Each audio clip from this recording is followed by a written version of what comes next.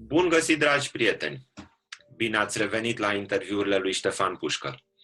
În această seară, invitata noastră este doamna Mirela Băncilă, pe care o salut cu multă prietenie. Să rămână, doamna Mirela! Bună seara! V-aș spune bine ne reîntâlnim, deși nu sună prea românește, dar mă bucur că ne reîntâlnim, ca să revenim la gramatica normală. Am vrut să realizăm un scurt interviu în această seară, în care să vorbim puțin despre cromoterapie. Și cromoterapia este un lucru foarte bun, foarte benefic, este o metodă terapeutică cunoscută de foarte mulți ani și nu numai o metodă terapeutică. Și mă bucur foarte mult că aveți această preocupare, că practicați această terapie, fiindcă este foarte eficientă în multe situații. Vă las pe dumneavoastră să spuneți mai multe lucruri despre cromoterapie. Vă mulțumesc! Cromoterapia este un subiect care m-a preocupat mulți ani de zile. Mai întâi l-am studiat în diverse ipostaze, prin diverse cursuri, apoi l-am aprofundat pe mine, în primul rând, pentru că cel mai important este să faci tu pe tine toate experimentele. Și din aproape în aproape am descoperit toate efectele benefice ale cromoterapiei, atât în spațiul de locuit, cât și în vestimentație, în aproape toate domeniile vieții mele folosesc cromoterapia, mai ales că eu am studiat pictura și e un domeniu foarte aproape de tot ceea ce însemn eu. Astfel am descoperit că este absolut vital, ca să zic așa, să înlăturăm anumite culori din vestimentația noastră, dacă vrem să îndreptăm anumite dezechilibre din structurile noastre și să folosim alte tipuri de culori mai benefice, ca să zic așa, ca să putem să reglăm anumite câmpuri. Pentru că vă întrerup o secundă numai. Există la modul absolut culori bune și culori rele pentru noi? Da. Sau depinde de persoană, sau depinde de circumstanțe? Corect, da. Sau de starea emoțională? Aș vrea să vă rog să mă lămuriți un pic aici. De exemplu, culoarea negru trebuie folosită cu foarte multă moderație, eu aș zice aproape deloc, dar câteva ipostaze în care o putem folosi la mormântări sau când mergem în cluburi, dacă mai avem preocupări din astea de distracție, mai putem să ne îmbrăcăm atunci în negru. Dar în rest, culoarea negru trebuie evitată destul de mult, pentru că blochează. Ea este o culoare blocantă. În clipa în care te îmbraci negru, ți-ai ecranat toate câmpurile și energia benefică nu mai poate pătrunde. Deci asta e recomandabil și pentru încălțăminte, mai ales, pentru că toată lumea poartă negru, și schimbate culorile încălțăminții cu culorile frunzelor toamnei, cu culorile marouri, cremuri, tot ce înseamnă culorile pământului, exact cum sunt și culorile corespondente ale chakrei rădăcină. Ok, la fel. Rădăcină fiind ce culoare? Roșcat, maroniu roșcat. Ok, maroniu culoarea roșcat. sângelui, să zicem? Poftim? De culoarea sângelui? Ca orice bărbat. Așa. Nu prea mă pricep la culori. Femeile sunt mai degrabă specialiste în... Roșcat. Toate nuanțele de roșcat. Sunt vreo 200 de tonuri de roșcat și de maroniu. Deci avem o paletă destul de largă și cremul. Sau culorile frunzelor de toamnă, ruginiurile, exact cum sunt ruginiurile toamnă. Deci cam astea ar fi culorile chakrei rădăcină și ale pământului.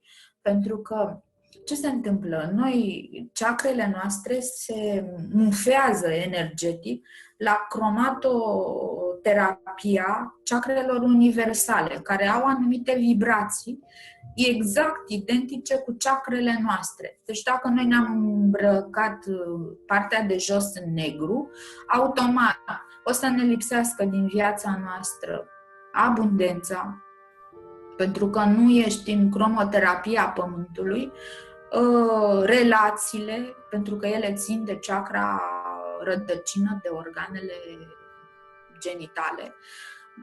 Plus că o să te simți foarte trist, dezrădăcinat în clipa în care ești blocat cronoterapeutic pe chakra rădăcină. Deci e foarte, foarte important să respectăm regula asta, măcar asta de bază, ca o regulă corespondentă, să evităm negru în tot ce înseamnă partea de jos, încălțăminte, lenjerie intimă, pantaloni, fuste, tot ce înseamnă chestia asta. Mergem mai departe, restul ținutei vestimentare. Apoi, dacă vrem să ne dezvoltăm creativitatea foarte mult, avem o zi în care vrem să ne dezvoltăm creativitatea foarte mult, ne îmbrăcăm în portocaliu.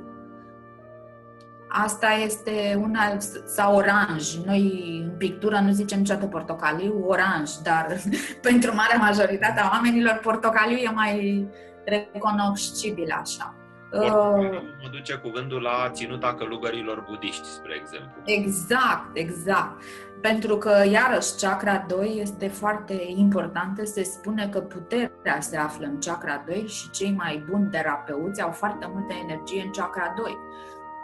Asta este, pentru că folosesc foarte multă creativitate în toate procesele terapeutice. Bineînțeles că ea trebuie controlată și apoi dacă ai energie în exces aici, trebuie sublimată în chakra ajna. E un proces mai complex.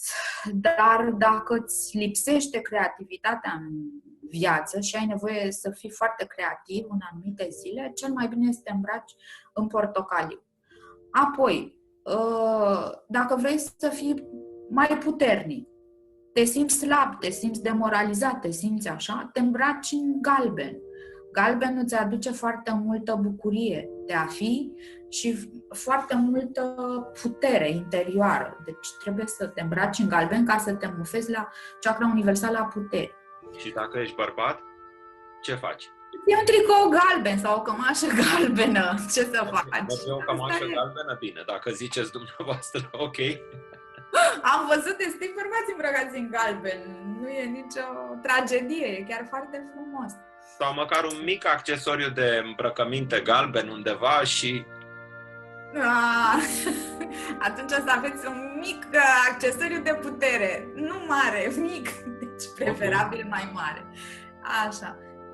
Vă dați seama ce lume frumoasă ar fi colorată așa? Pentru mine ar fi fascinant decât să văd tot griul ăsta de jur împrejur și toată lumea gri și negru. Ar fi o lume super veselă și pozitivă. Bine, să spune că griul subțiază, nu se văd kilogramele în plus. Negrul, scuzați-mă. Negrul subțiază. Corect. Ăsta este un argument pentru multe doamne și pentru mulți domni în același timp. Da, poți să te îmbraci, de exemplu, în bleu marin, care și el subțiază și este o culoare perfectă pentru intuiție, bleu marin, în loc de negru. Merge foarte bine, este una dintre culori... Interesantă idee. Ce spuneți despre bleu marin? Păi, bleu marin este una dintre derivatele tonurilor de indigo. Indigo închis este un... Bleu marinul este un ton al indigoului și atunci dacă nu găsești indigo, da, imposibil să nu găsești să cumperi ceva indigo, îți iei bleu marin și ai scos negru din vestimentație în felul ăsta, înlocuiești cu bleu marin. Foarte frumoasă idee. Vedeți că totuși astăzi, fără să știu, fără să vreau, v-am ascultat, sunt cu bleu marin. Sunteți intuitiv, știu. Da. Sunteți foarte intuitiv. Ok. Bun. Apoi, mergem mai departe. Vă ascult. Dacă vrei să fii mai deschis la nivelul inimii, te îmbraci în verde. Vrei să-ți vindeci inima rănită. Vrei să fii o inimă deschisă, o inimă iubitoare, un om foarte deschis în ziua respectivă, te îmbraci în verde. De asemenea, verdele este o culoare care îți mai aduce și prosperitate. Verdele. Întotdeauna are o doză de prosperitate. Vrei să comunici, te duci la un examen și trebuie să comunici foarte bine în ziua respectivă. Te îmbraci în albastru. Albastru îți armonizează chakra gâtului și comunicarea. Și fără albastru e mai greu să comunici foarte eficient. În primul rând te calmează, albastru este indicat și în casă, să-l folosești pentru pat, lenjeria de pat, pentru copii, zugrăveala se face în cameră bleu, pentru că îți induce o stare de liniște. Este foarte folosit în spitale albastru, pentru că e o culoare care te liniștește și scapi de emoții, de trac albastru. Bine, dar mai am și eu o întrebare acum. Vin și eu ca românul și întreb. Eu poate sunt îmbrăcat în maro în ziua respectivă și vreau să comunic. Dacă fac o meditație pe culoarea albastră înainte de examenul respectiv, sau ce ziceți dumneavoastră, ajută și asta?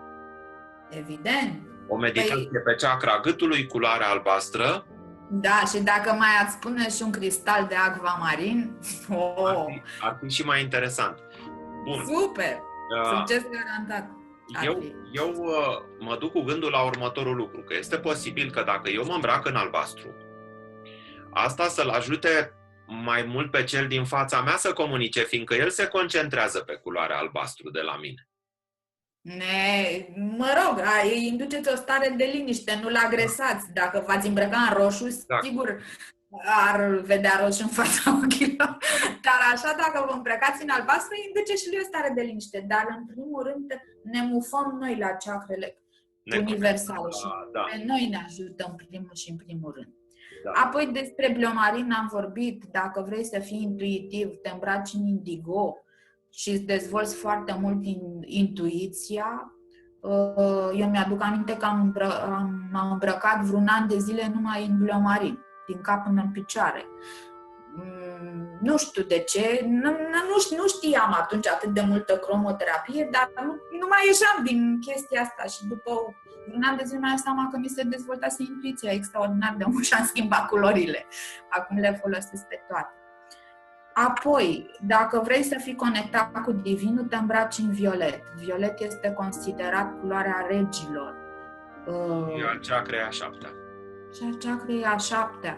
Este o culoare regală, o culoare care automat te conectează cu Divinul. În afară de asta, iarăși, este foarte bun pentru durerile de cap, pentru cei care au insomnii, pentru cei care au depresii. Este o culoare care îți aduce foarte mult rafinament în structuri. Devii un om mai rafinat. Și este și o culoare foarte atrăgătoare, ca să spun așa.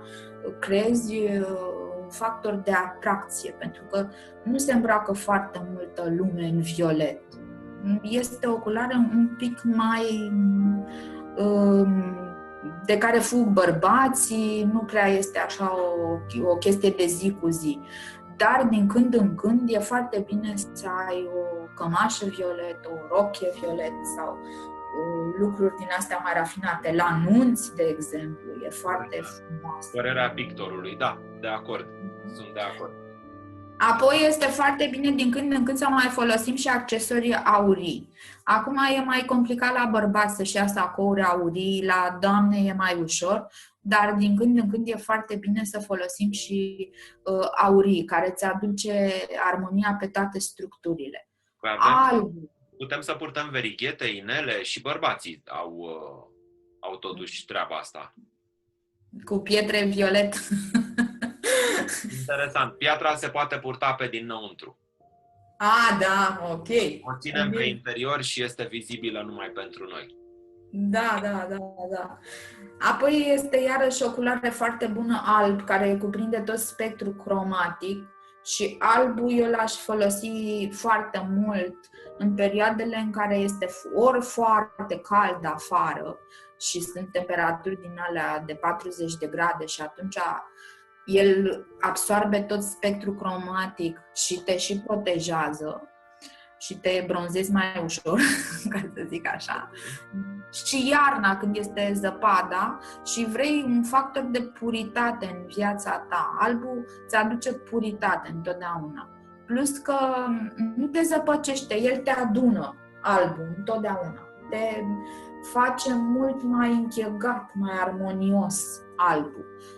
Nu emiți nimic, pentru că este o non-culoare.